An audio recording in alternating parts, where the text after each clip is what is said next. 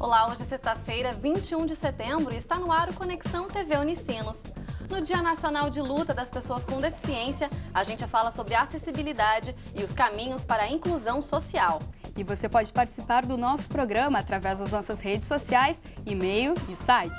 Tem também as dicas de shows, teatro e cinema na agenda cultural e os detalhes da previsão do tempo para o sábado em todo o estado.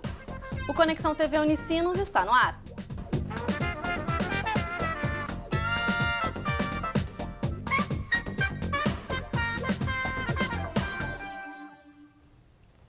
O Dia Nacional de Luta das Pessoas com Deficiência foi instituído em 14 de julho de 2005 pela Lei nº 11.133.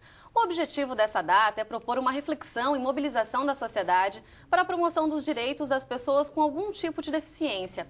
E temas como a acessibilidade e a inclusão social estão presentes na luta diária dessas pessoas, né, Priscila? É, Vanessa. E uma porta para a inclusão social é o mercado de trabalho.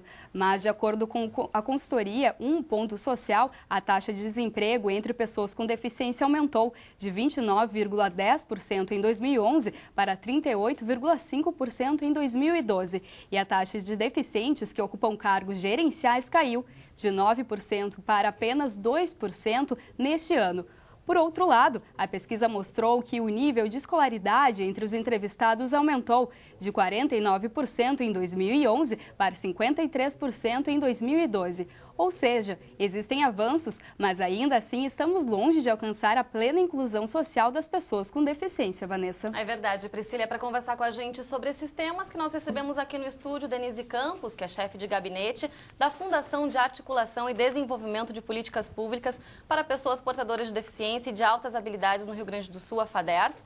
Também com a gente, Renato Santana, ele é psicólogo e também advogado e representa o Conselho Estadual dos Direitos da Pessoa com Deficiência, o COEPED, e Luísa Carraveta, professora de Comunicação Social da Unicinos, que tem um trabalho relacionado à inclusão social. Olá, sejam todos bem-vindos. Denise, para a gente começar essa conversa, hoje, o que caracteriza a principal luta das pessoas com deficiência?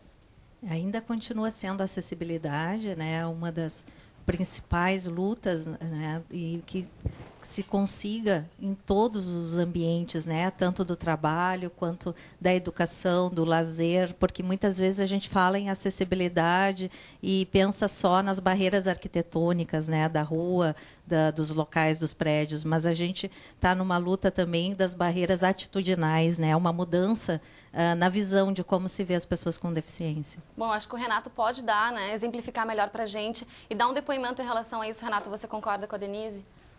Concordo, não só porque ela é minha amiga, mas concordo. Mas falaria assim, eu acho que a principal luta que nós temos assim, para realizar é mudar percepções, mudar conceitos, mudar, enfim, uma mentalidade. Eu até não me deterei assim, em aspectos visíveis, mas vou uma coisa que é bastante invisível, que é essa coisa de encarar com naturalidade a posição de subalternidade das pessoas com deficiência e de outros grupos sociais também. Isso não atinge apenas pessoas com deficiência, mas nós somos uma sociedade essencialmente segregatória e nós como sociedade, nós admitimos que determinados indivíduos estejam numa situação de subalternidade, seja porque tem uma deficiência, porque tem uma cor diferente, por uma condição social, seja o que for.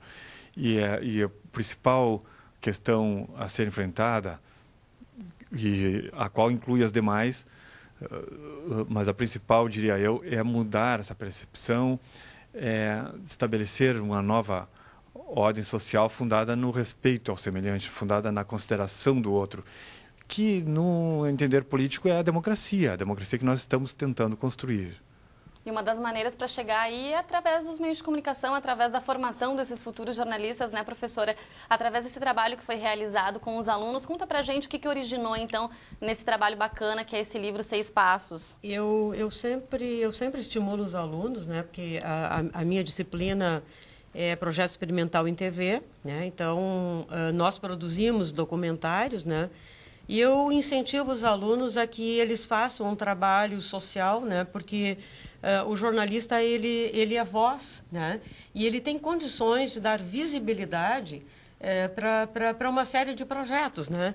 E essa questão da inclusão sempre foi uma coisa que me preocupou, né? Então eu estimulo. Vamos fazer projetos, né? Em que a gente mostre a dificuldade e que a gente também mostre assim possibilidades, né? E essa questão que ele coloca, né? Que essas pessoas sejam vistas com naturalidade, né?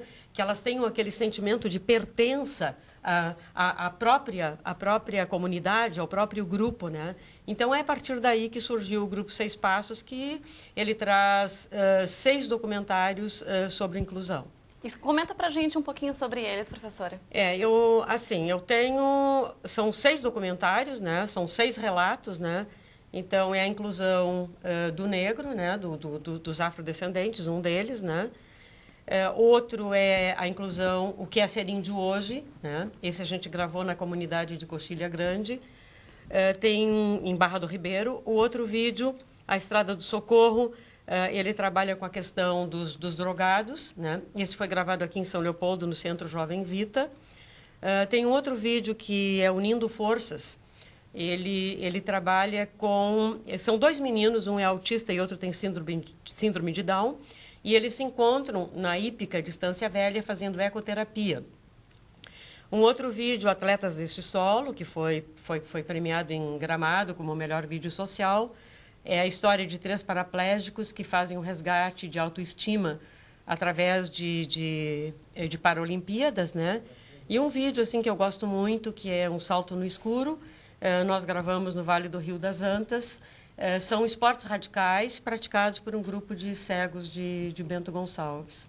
E esse material ele foi transformado num livro, o livro vem com DVD, e a gente fez uma parceria com a Prefeitura Municipal de São Leopoldo e cedemos os direitos autorais, e esse material está sendo distribuído nas escolas municipais, estaduais e particulares. Que nada melhor que a gente entrar em contato com boas histórias como essas para ir quebrando cada vez mais essas barreiras, né? A Priscila tem uma pergunta. Sim, eu queria saber da Denise, quais são as principais ações que a FADERS, né, está fazendo para promover, então, os direitos dessas pessoas com deficiência?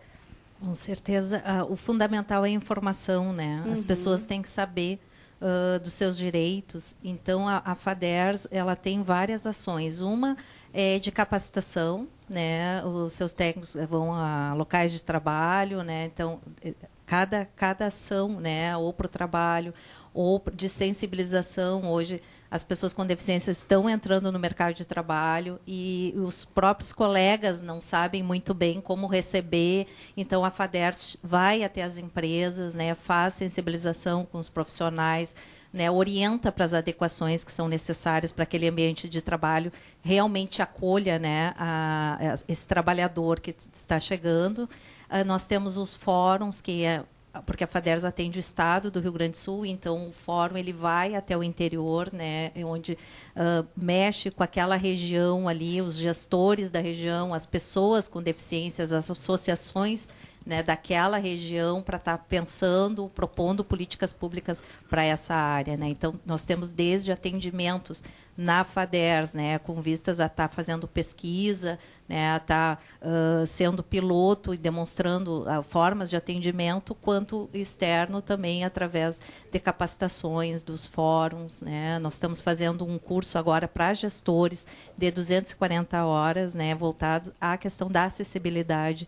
Então, é uma gama de ações para levar tanto a questão dos direitos, como também de estar sensibilizando e estar promovendo, né, ações adequadas nessa área. A gente continua com esse assunto no próximo bloco, Denise. Agora o Conexão faz um rápido intervalo e na volta, claro, a gente continua falando sobre acessibilidade e inclusão social. E você pode participar pelo nosso e-mail, conexãotv@unicinos.br, ou pelas nossas redes sociais, facebook.com/tvunicinos e pelo Twitter no @tvunicinos. A gente já volta.